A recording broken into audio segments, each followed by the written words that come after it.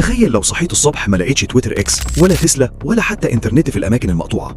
والاغرب ان حلم السفر للمريخ بقى مجرد فيلم خيال علمي فاشل.